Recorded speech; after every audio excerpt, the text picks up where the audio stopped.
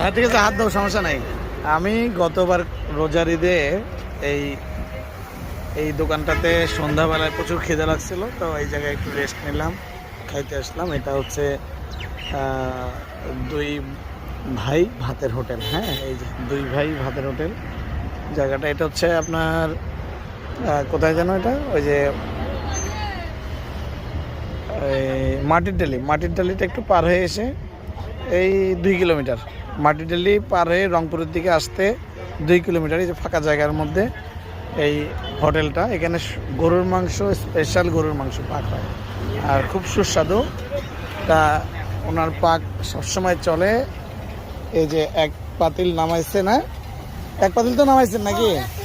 এক নোয়ারা নামাইছে, আর এক নোয়ারা রেডি হচ্ছে আর কি। ভাই এখানকার খাবার অসাধারণ ভাই। তা খাস নাই তো তুই? আমরা খাইছি, আমরা এই পথে যাতায়াত আমরা খাই। আচ্ছা যাই হোক, এখানে বাতাস আছে।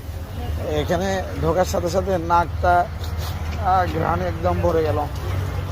এই যে এখানে রান্না করা, এই যে গরুর মাংস রান্না করা আছে, সাথে আরো এই মুরগি, ডিম, ভর্তা এগুলি আছে আর কি। কিন্তু এর স্পেশাল গরুর মাংস চলে বেশি। করলা ভাজি, এখন খাওয়া দাওয়া শুরু করবো।